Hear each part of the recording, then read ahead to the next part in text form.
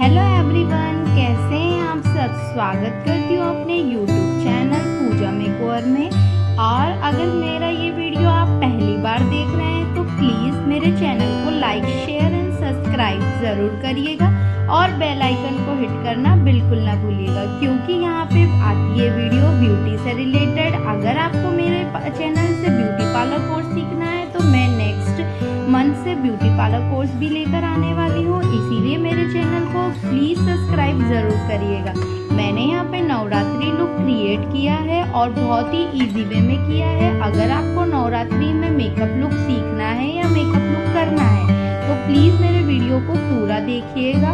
मैंने किस तरीके से अपने फेस पे मेकअप किया है, उन स्टेप्स को फॉलो करके आप भी अपना मेकअप कर सकते हैं।